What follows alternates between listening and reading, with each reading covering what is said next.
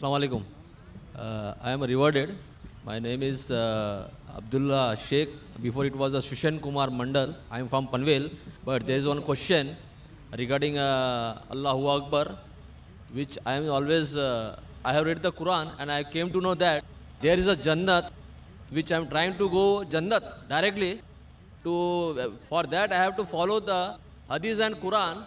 But when I have read the Hadith and Quran, I came to know that I have to follow total Sunnat, which Sunnat has tried to put me down because of my mother.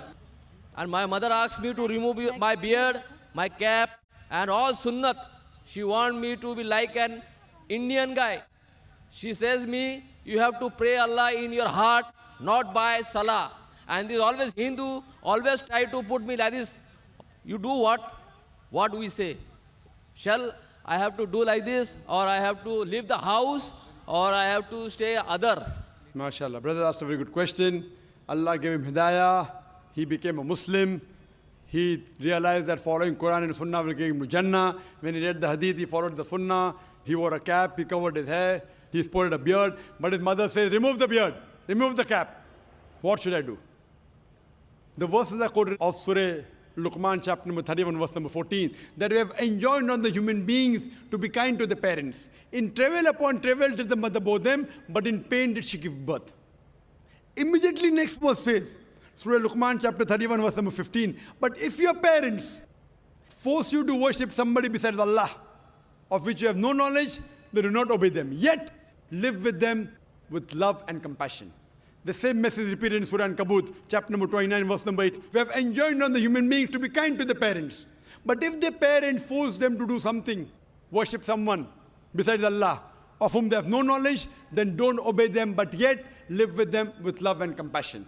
What we realize from Quran and Sahih Hadith, that you have to love your parents, you have to respect them, you have to obey them. But if they tell you something against Allah and His Messenger, that's the only time you can disobey them. But yet love them.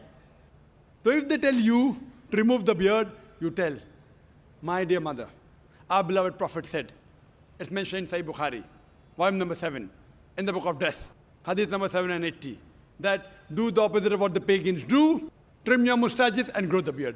I am following my messenger. And that same messenger said, paradise lies beneath your feet. So if I remove the beard, even my paradise beneath your feet will go. Mother, I love you. Mother, I care for you. Mother, I respect you. That same Prophet said that the person that deserves the best love and compassion is your mother. After that, do your mother. After that, do your mother.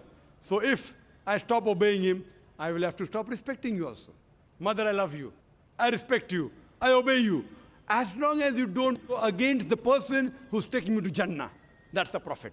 So depending how you speak, what you do, if you were not obedient to your mother before accepting Islam, maybe she told you, okay, wear a blue color shirt. Mother, I don't like blue color. Moment you became a Muslim, mother, I will wear a blue color. What happened to my son?